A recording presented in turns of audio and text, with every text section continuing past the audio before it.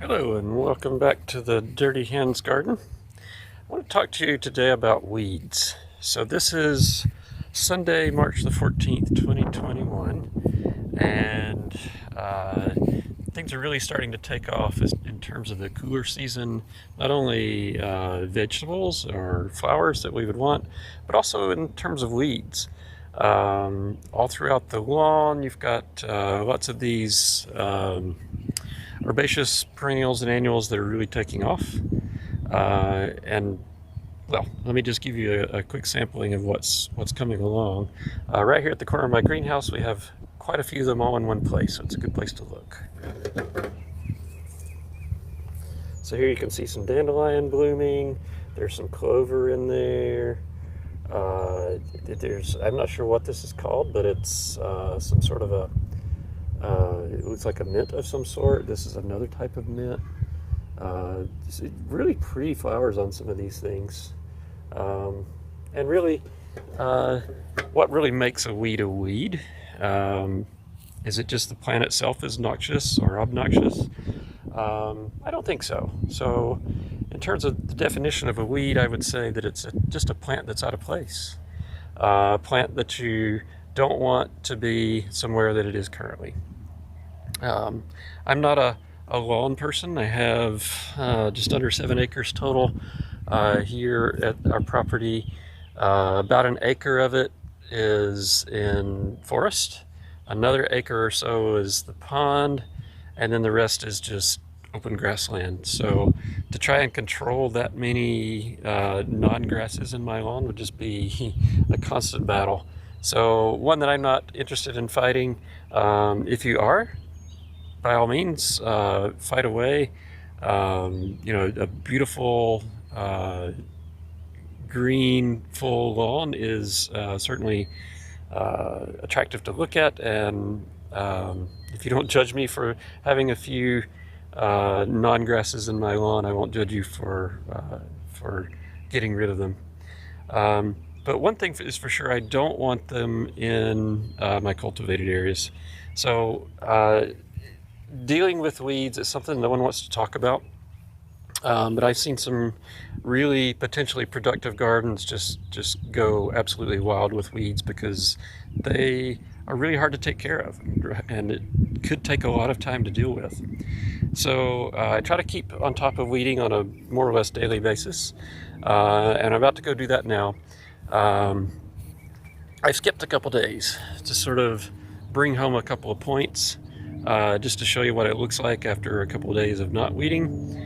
And I'll talk about some of the techniques that I've used to try to stay on top of these. So see you back in a few minutes, or maybe longer.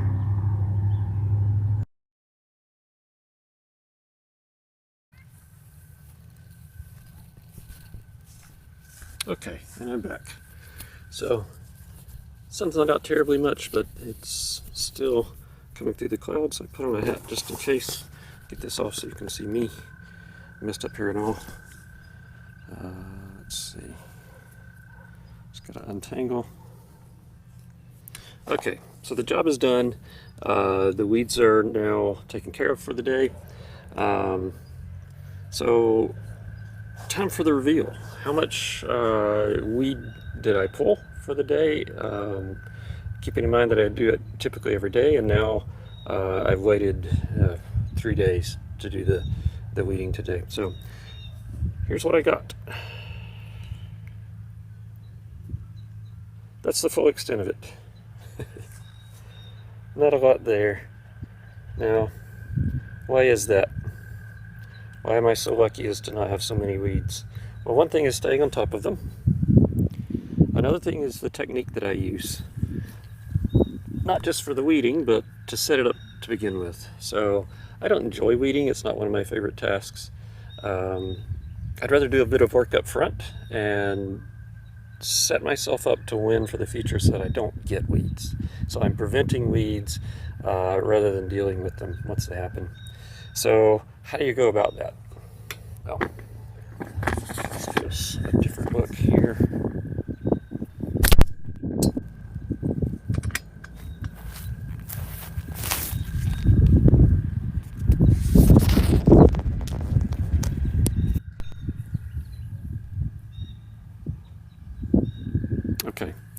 So this is the veggie bed. It is about 60 feet by 18 feet, quite a lot. So such a small amount of weeds for such a big space. Why is that? Well, if you look along the margins, you'll see the key to this. So we just moved here in August of last year. So this is a brand new bed. Brand new beds are notorious for weeds, especially this time of year when everything's starting to warm up and green up. If you have dug down into your soil, you will just have disturbed a lot of weed seeds. So I've done nothing chemically here. There's no herbicides, and again, I'm not going to judge for someone that uses them, but you know, it's so easy to make mistakes with herbicides and to kill the plants that you don't want to, or to retard their growth, and I just don't see any real need for it. Not with the way that I'm handling this garden bed. So what I've done is I've started just straight onto the lawn. I bought some compost. Drop the compost down right over the grass, so a fairly thick layer of 2 to 3 inches maybe. Over the top of that I put cardboard. So yes, there's cardboard all throughout that 60 by 18 foot space there. There's geese. So on top of the cardboard then I had some wood chips, so I started with those, and then I got a big load of compost to go on top, and again another 2-3 inches or so, a bit more in places where I'd overlap the cardboard, just to make sure that the weeds aren't popping through. So what's going on under there? Why aren't the weeds coming through here? Let me just drop these guys here. To understand why this works, you got to understand, first of all, at least the gross anatomy of a weed. We don't have to get into all the scientific names and parts, but essentially, this little spot right here is a key piece to focus on. So this is the level of the ground, and this is a weed that I just plucked out from the lawn, by the way. This didn't come out of the garden. So basically, below ground you have solid material that this is growing in. So really the function of the roots is to grab water, to grab nutrients, so the nitrogen, phosphorus, potassium, and all the micronutrients that are needed to keep the plant growing. And then the above parts. So we're talking stems, leaves, flowers, that kind of thing. So that lives in a gaseous state, so the air around us. So very different parts of the plant. And the upper area, the leaves, the function of a leaf is for photosynthesis. So it's taking carbon out of the air, fixing carbon, synthesizing plant material that forms all of this, and then it's pulling those other nutrients out of the ground. So if you block one or the other, the weed can no longer synthesize plant material. It can't grow, in other words, and then it just gives up the fight and dies. So we've got two choices here. We could either try to control things below ground, and by digging, that's kind of what you're doing. You're breaking up the roots and trying to bring them to the top of the soil to dry it out. The problem with that methodology is that by doing so, sometimes you're chopping these things up. It's really hard to get all the weeds roots out of the ground. Those can end up you can end up multiplying the weeds rather than subtracting them. So when you dig, there's all these seeds that are under there that have been sitting there for a while. They're just waiting on the right moment to germinate, and by digging them up, you are giving them the perfect conditions to germinate. So digging, it's effective over time, but it takes a lot of work to get there, and certainly if you don't have any automated digging tools to do it, it just gets a lot harder. And then, once you've got your plants into the ground, the ones that you want out there, really, how do you go and dig through that? without disturbing your own plants. It's really not easy to do. So oftentimes we plant in rows so that we sort of maintain the row itself by pulling the weeds and then tilling in between. But again, it's just a constant fight, and it takes a lot of time. If I were to do that by hand, well, there's no way that I could have a pot that's this big to grow veggies. So the other way to handle this weed is to deal with the top part. So we're going to deprive this of its ability to photosynthesize. So we're depriving it of light primarily by putting cardboard over it. Now, if you think about it, the top here is meant to grow in gas, right, in the air. And the bottom, the roots, they are intended to grow in a solid, in the ground. So if you cover up a plant, especially with something like cardboard, the cardboard is strong enough to hold that plant down. These stems and leaves don't do a great job of pushing their way up, but the roots will do a great job of pushing their way down.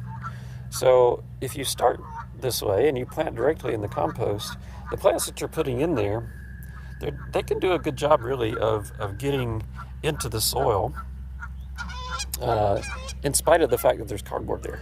So they can actually push through the cardboard. They can snake their way through, no problem. Whereas the plants underneath, the stems aren't really meant to do that. So they're going to be weaker trying to push up than they would be on top pushing down. So this works great. What you saw, the handful of weeds, most of that was probably where we didn't do a good job of overlapping the boxes, or maybe they weren't as thick there. And of course, over time, those boxes are going to break down. And yes, the stronger weeds are going to be able to push their stems through. A lot of what I got there, probably the vast majority of it, was dandelion, which you can bury dandelion quite deep underground, and it will find its way back to the surface. Same thing with the wild onions or wild garlic. I'm not sure how to distinguish the two, but probably have both here. But honestly, when they pop up, they're weak, right? They've been struggling through darkness. They need light to really thrive, and those bits of stems and leaves are coming from stored nutrients down in the roots. So this one doesn't really have any stored nutrients, and I wouldn't expect it to at this time of year. Primarily because it's in its top growth phase. It's now trying to get bigger overall. Once it's done and made some flowers and set seeds, it will focus, if it is a perennial, it will focus energy back down into the roots, where it can then store energy for the next year. So these are all cool season weeds that are out right now. So these will die down for the most part. Maybe just hang on, or focus their growth into the roots rather than the top growth. Once it starts to warm up more, and the warmer season weeds or plants start to take over. So why are dandelions so good at it? Because they got a really long and really wide storage root under there. So they can keep sending up shoots for quite a while. But you've got to keep in mind that every time they're sending up a new stem, that's draining energy from that storage area, from that root. So it will eventually run out of gas, run out of steam, and it will die, which is what you want. So as long as you keep them plucked, especially this new of a bed, if you do this daily, eventually you're just not going to have to do this anymore. And it doesn't really take that long to get to that point. And even getting that point, I mean, that took me maybe 5 minutes of actual work. The rest of the time I was out here was just trying to get the camera set up right again and get the angle. So what do I do with my big haul of weeds? Well, these go directly into the compost. So I mentioned compost before. Let's get this camera right. Okay. So I mentioned compost before. I bought in this compost. It's not ideal. It costs you money to do that, but the amount of time that it saved me, and really what it's enabled, here for the size of this bed, it's well worth it. Over time, of course, I'll be creating my own compost. That's in process now. Any food scraps go in there. Once this garden starts to really produce and produce waste materials as well, outer leaves and that sort of thing, that'll really help to get the compost going too. I'm also a bit of a scrounger. If I see someone's bagged leaves in the fall sitting on the side of the road waiting for the county or the city to come get them, I might pick them up and throw them back in my vehicle and dump them in my own compost over time. So that's a good way to get free compost, and it's easy. And nobody's going to fault you for taking their waste. Okay, so that's a look at weeds. It's a look at a no-dig system that we're using here. It's one that I've used for a long time. I call it mulch and grow, because you basically just lay down your mulch, in this case compost and wood chips and more compost and cardboard. That goes by other names. I've heard I can't remember the name of it, the Gaia method or something like that. Anyway, lasagna method is another, because it's like you're making a lasagna, you're laying different layers of material on there. So how do you maintain this? This will suffice through this full growing season, so the rest of the spring and into the summer, and then probably in the fall, once I get a good first crop of compost of my own, and I might buy in a bit more as well, I'll go in and I'll spread another maybe 2 or 3 inches on top of this. And again, next spring we'll just plant right directly into it. If I do have some fall plantings of cooler season vegetables, it's quite all right to sort of spread the compost around those. Once those come out, you can sort of lightly rake it, not disturbing the soil too much. But basically, not only is this suppressing weeds, but it's encouraging a lot of the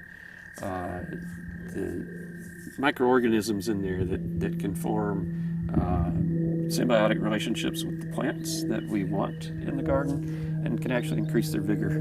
So yet another reason not to dig.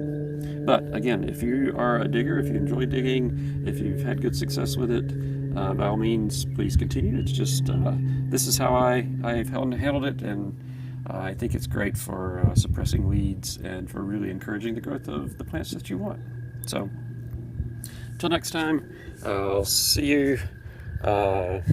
Again, dirty fingers, dirty hands. We'll see you back in the Dirty Hands garden for the next episode. Thanks for watching.